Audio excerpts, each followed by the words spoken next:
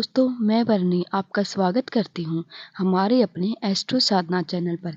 प्यारे दोस्तों, आज हम संकट चौथ व्रत के बारे में जानेंगे। संकट चौथ व्रत कब रखा जाएगा? 28 या 29 जनवरी को। जाने शुभ मुहूर्त, पूजा विधि, सामग्री और चांद निकलने का समय और कथा। इससे पहले अगर आपने हमारे चैनल को सब्सक्राइब नहीं किया है तो सब्सक्राइब कर लीजिए और बेल आइकन को प्रेस कीजिए ताकि हमारे चैनल पर आने वाली न्यू अपडेट आप तक पहुंचती रहे। और हमारी वीडियो को लाइक कीजिए, शेयर कीजिए और कमेंट बॉक्स में हर हर महादेव लिखना न भूलें। तो चलिए दोस्तों, शुरू करते हैं आज की वीडियो।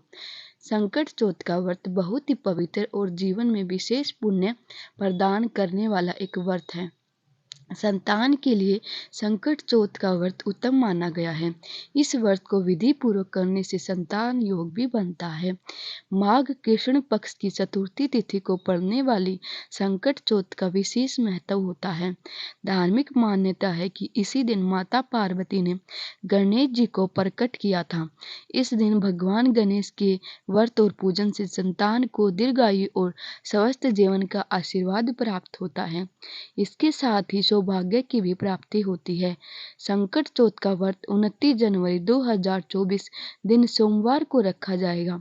संकट चौथ के दिन भगवान गणेश को घी, तिल और गुड़ का भोग लगाएं। भोग लगाने के बाद इसे प्रसाद स्वरूप श्रद्धा पूर्वक ग्रहण करें। ऐसा करने से आर्थिक स्थिति में मजबूती आती है और साथ ही शुभ फलों की प्राप्ति होती है। पूजा के लिए शुभ मुहूर्त। संकट चौथ का व्रत 29 जनवरी 2024 दिन सोमवार को रखा जाएगा। चतुर्थी तिथि की शुरुआत 29 जनवरी 2024 की सुबह 6:10 पे हो रही है। चतुर्थी तिथि की समाप्ति 30 जनवरी 2024 को 8:54 पर होगी। संकट चौथ की पूजा आप सुबह से ही कर सकते हैं क्योंकि उस दिन शोभन योग प्रातः काल से लेकर सुबह 9:44 तक है। संकट चौथ के दिन अभिजीत मुहूर्त 12:13 से 12:56 तक रहेगा। चंद्रोदय का समय 29 जनवरी 2024 दिन सोमवार की रात 8:52 पर चंद्रोदय होगा और अलग अलग शहरों में चांद निकलने का समय अलग अलग होगा। इसमें 10 मिनट का अंतर हो सकता है। चंद्रमा को अर्घ्य देकर गणेश जी की अर्चना की जाएगी। इस बार चांद चौथ के दिन सिंह राशि में विराजमान रहेंगे। संकट चौथ की पूजा में शामिल करें ये चीजें। संकट चौथ की पूजा में लकड़ी की चौकी, पीला कपड़ा, जनेऊ, सुपारी, पान का पत्ता, लौंग, इलायची, गंगाजल, गणपति की मूर्ति, फूल, दुर्वा, रोली, कुमकुम, इत्र, मोली, घी, धूप, दीप, हल्दी, अक्षत, तिल के लड्डू, मोदक, मौसमी फल, व्रत कथा की पुस्तक आदि की आवश्यकता होती है। पूजा विधि। सुबह स्नान ध्यान करके भगवान गणेश की पूजा करें। इसके बाद सूर्यास्त के बाद स्नान करके स्वस्थ वस्त्र पहनें। गणेश जी की मूर्ति के पास एक कलश में जल भरकर रखें। धूप, दीप, नैवेद्य, तिल, लड्डू, शकरकंद, अमरूद, गुड़ और घी अर्पित करें। तिलकुट का बकरा भी कहीं कहीं बनाया जाता है।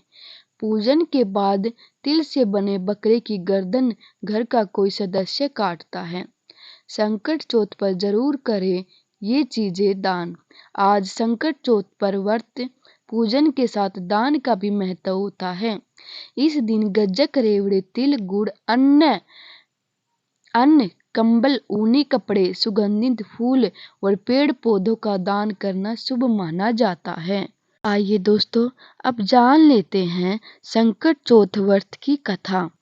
पौराणिक कथाओं के अनुसार संकट चौथ के दिन गणेश भगवान के जीवन पर आया सबसे बड़ा संकट टल गया था, इसलिए इसका नाम संकट चौथ पड़ा।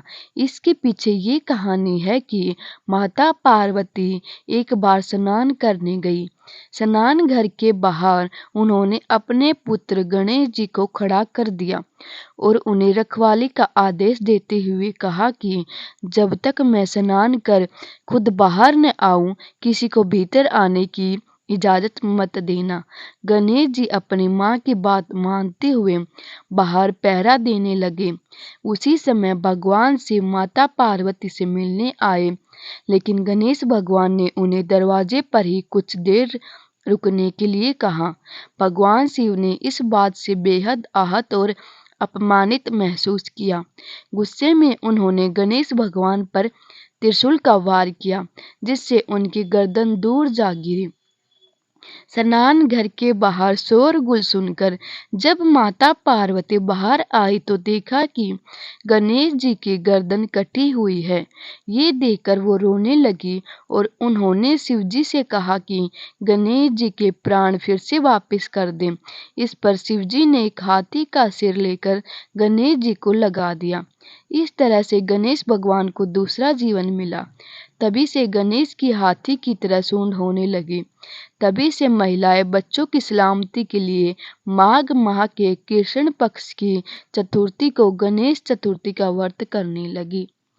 उम्मीद करती हूँ दोस्तों आपको हमारी वीडियो पसंद आई होगी और ऐसी वीडियो देखने के लिए आप जुड़े रहिए हमारे चैनल एस्ट्रो साधना के साथ। तब तक के लिए ओम नमः शिवाय।